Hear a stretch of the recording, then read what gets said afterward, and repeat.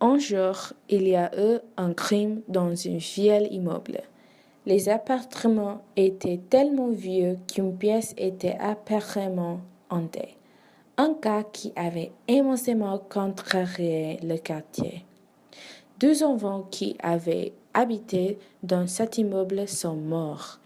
Ils jouaient dans le couloir quand ils ont entendu un bruit dans la pièce hantée. Les enfants, naïfs, ont décidé d'entrer dans le salon et ils n'en sont jamais sortis. Ce qui a le plus rendu perplexes les enquêteurs était que les enfants n'ont jamais été retrouvés.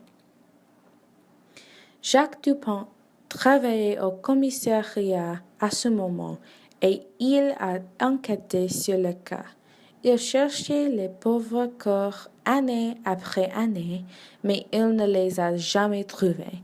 Frustré, le cas des enfants disparus l'a rongé. Il a désespérément voulu un coupable, un monstre ou un tueur. Il avait une femme de loup. Finalement, Jacques a déménagé dans cet immeuble. Comme ça, il était près de l'appartement hanté. Mais quand il a enquêté, personne ne pouvait lui donner des conseils utiles. Les parents des 2 enfants avaient déménagé, dévastés par la mort de leur enfant. Les locataires ont oublié leur inquiétude.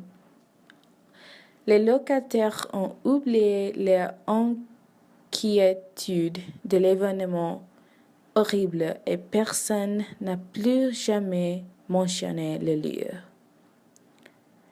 Aujourd'hui, cet appartement est fermé à tout le monde. Bien que la plupart des locataires aient déménagé et que la crainte se soit légèrement dissipée, aucune personne ne peut le louer. La pièce hantée a toujours une atmosphère de mort. La rumeur dit que tous ceux qui ont passé la nuit dans cette chambre sont morts et que personne ne vivra pour raconter l'histoire. Cela rend ce mystère plus difficile à résoudre. Bien des années plus tard, Jacques vit toujours dans cet immeuble. Mais maintenant, il y a de nouveaux locataires. Ceux qui habitent dans cet immeuble s'appellent Audre, Horace, Béatrice, Mariana et John. Audre est une jeune photographe, Horace, un vieil agriculteur, Béatrice, une vieille et riche prof d'anglais, Mariana va à une école de beauté et John est une veuve qui habite avec son chien. On peut dire que les habitants de l'immeuble s'entendent bien. Parfois, ils se parlent en plaisante. Ils se racontent leurs histoires bizarres, des souvenirs de leurs provinces natales et d'autres choses d'intérêt. Curieuse, Audrey a demandé pourquoi la pièce était fermée à clé. Je ne comprends pas pourquoi une pièce parfaitement utilisable est verrouillée. Il y a bien longtemps, j'ai enquêté sur la mort de 2 enfants. Ils y sont morts, mais je n'ai jamais pu résoudre le mystère et trouver un meurtrier.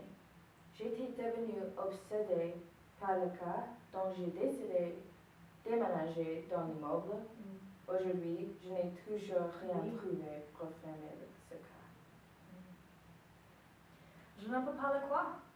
Quelqu'un doit avoir vu quelque chose. Après toutes ces années, le tueur n'aurait pas pu aller loin.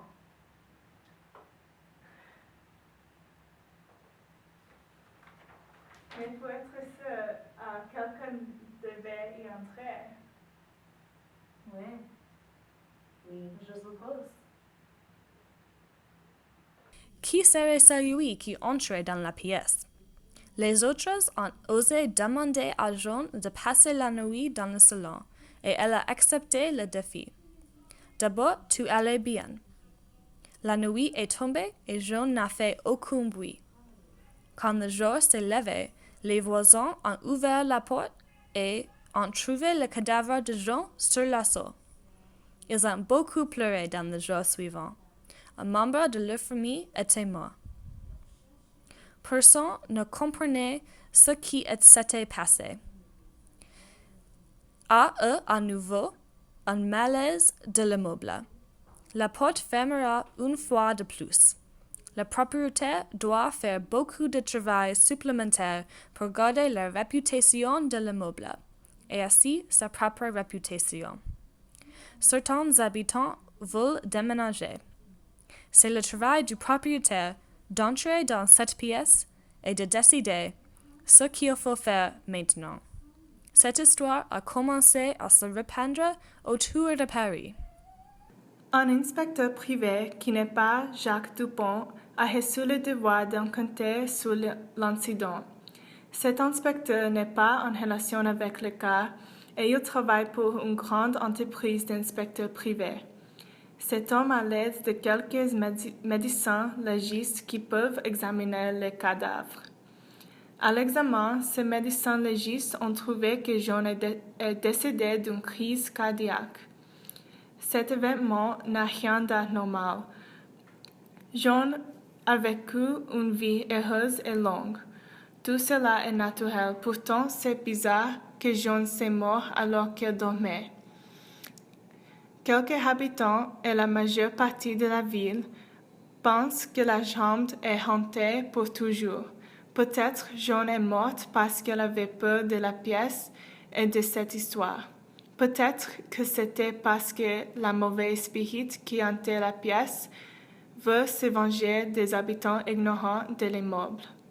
Alors, un jour, tout le monde s'est réuni et ils ont décidé que tous devaient passer la nuit ensemble dans l'appartement hanté. Même s'ils avaient peur, ils savaient que c'était la seule façon de trouver la vérité de la cause de la crise cardiaque de John. Au début, tout semblait tranquille. Bien que l'appartement était effrayant et complètement vide, rien ne semblait trop étrange.